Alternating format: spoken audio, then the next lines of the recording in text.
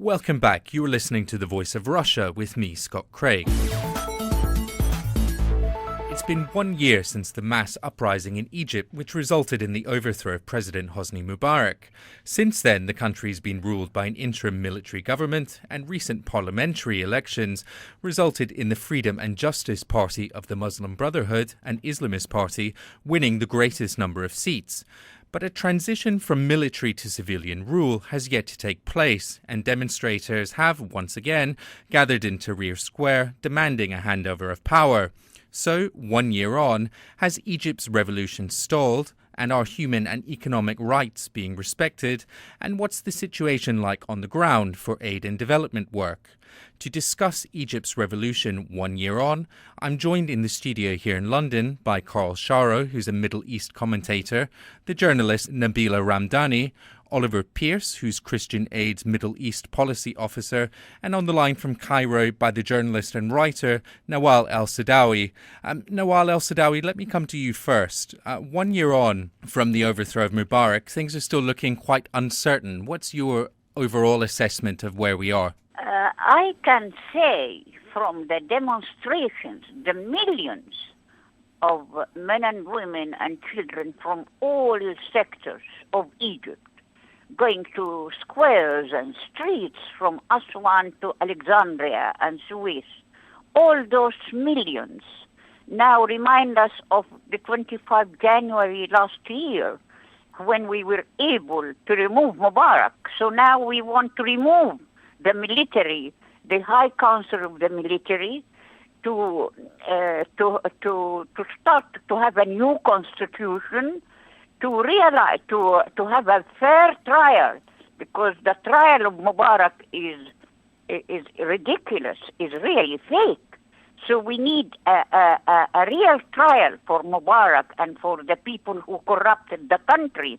And we need a constitution based on justice, dignity, and freedom for all, regardless of religion or gender or class or anything. I want to talk more about a lot of the points that you raise in detail in a moment, but we might be having a second revolution taking place. Well, some people say it is the same revolution, but a second wave. We can say first wave last year, this is the second wave. And in fact, the name is not important. The essential point is what we need, what we can achieve, whether we really, because we succeeded last year in removing the head of the regime, the head of the corrupt regime, Mubarak, but that's the whole regime, the body of the regime, still there in the High Council of the military, in the media, in the government, everywhere. Nabila Ramdani, 1 year on, are things still looking uncertain?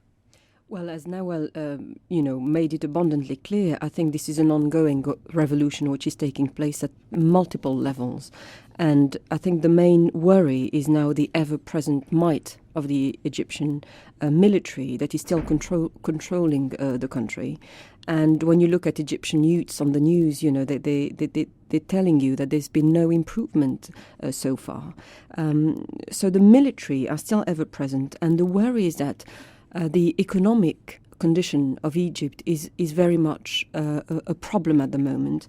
And the military actually controls between 10 to 40% of the economy, and that's something that's very much on the minds of the Egyptian people who would like to have a share in the economy of the country and prevent the military forces to preserve the economic interests in the country. The military council who are governing the country at the moment say that, simply put, they need more time. Do you have any sympathy with that argument at all? Does post-Mubarak Egypt need a bit more time before we see this kind of transition?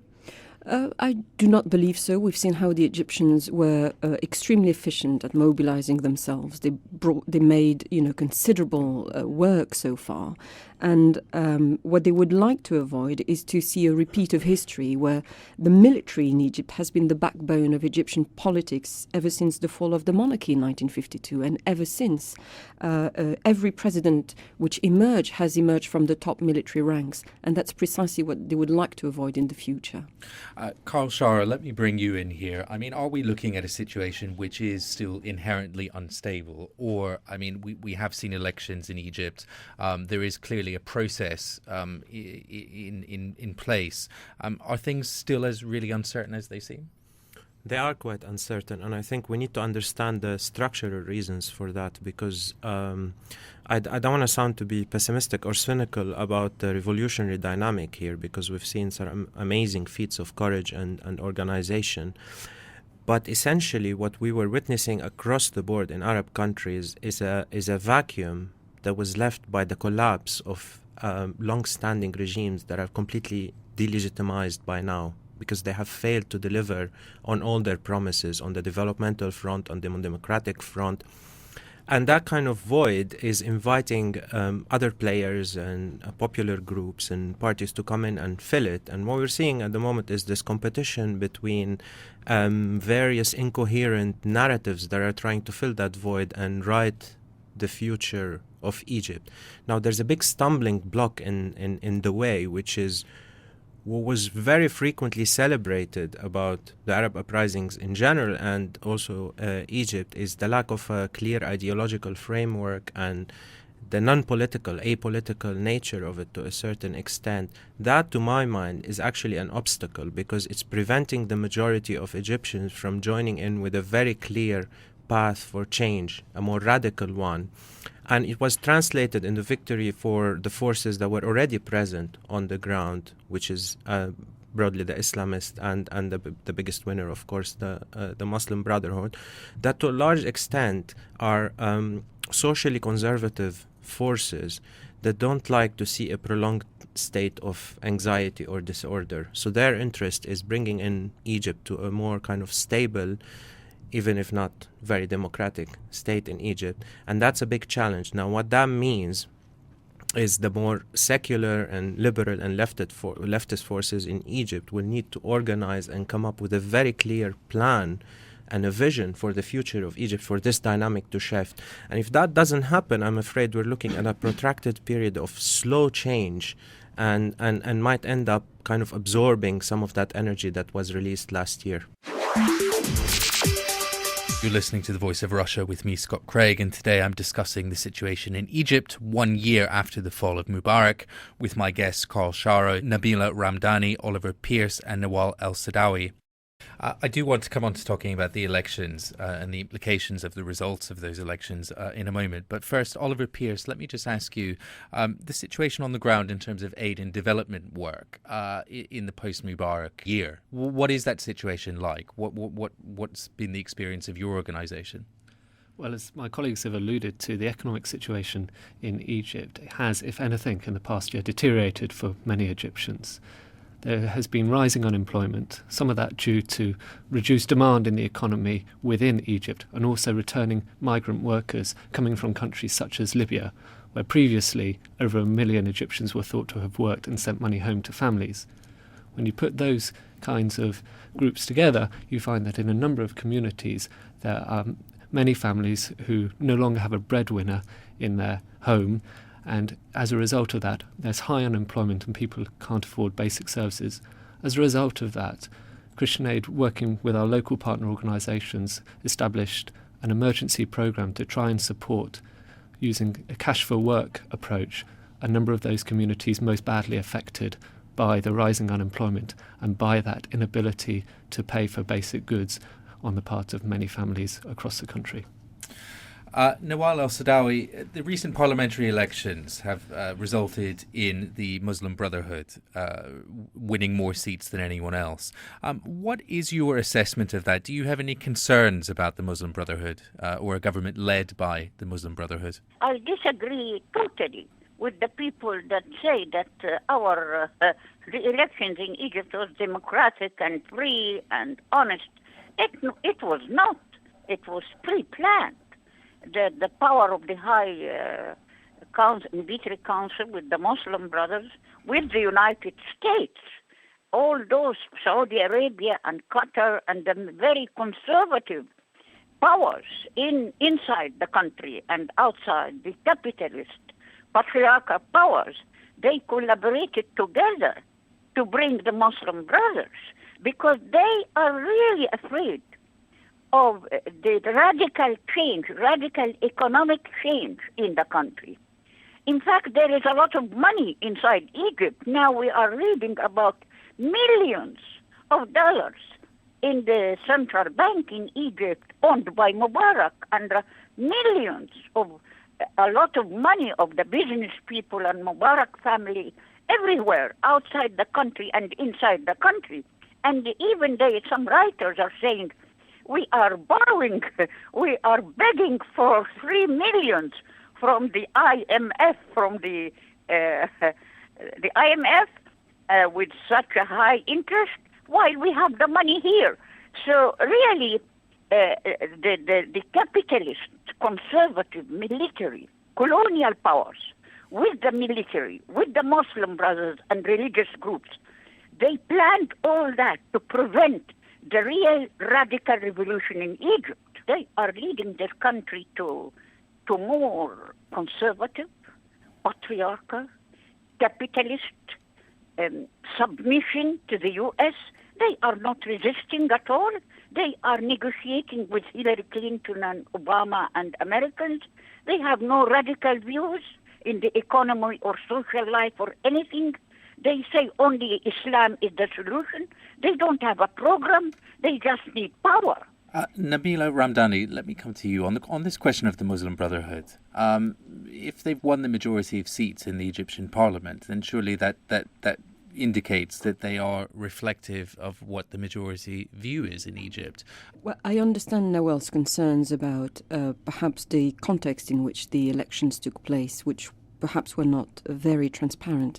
Having said that, I think the success of the Muslim Brotherhood is very much consistent and indeed in line with the rise of political Islam in neighboring countries such as in Tunisia, but also in Morocco. And in Jordan, elections are coming up in late February, and the Muslim Brothers in Jordan are also said to be doing pretty well.